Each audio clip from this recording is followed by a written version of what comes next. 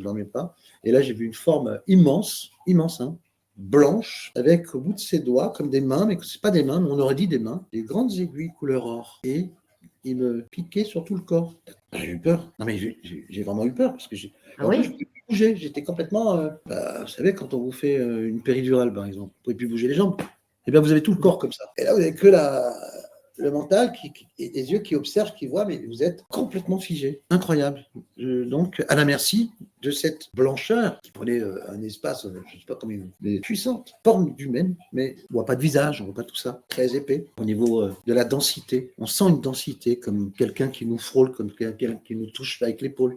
On sent ça. Il y a des grandes aiguilles qui piquent et qui piquent et qui piquent. Ça, c'était une rencontre qui m'a marqué à vie, où je me suis senti un peu coupable, plus maintenant, hein, d'avoir quand même trouvé la force de lancer le pied. C'était mon. Je suis gaucher, c'est mon pied droit que j'ai lancé. Le gauche, je ne pouvais plus bouger. Donc, trouver la force de bouger le pied pour lancer un coup de pied dans cette forme. Et avec le recul, j'ai eu beaucoup de regrets d'avoir fait ça. Parce que j'ai compris après qu'en fait, il n'était pas là pour me faire du mal. Non. Il était là Qu'est-ce pour qu'ils étaient en train de faire, à votre avis, justement? me préparer ou me guérir de quelque chose. C'est sûr. C'était pas un rituel.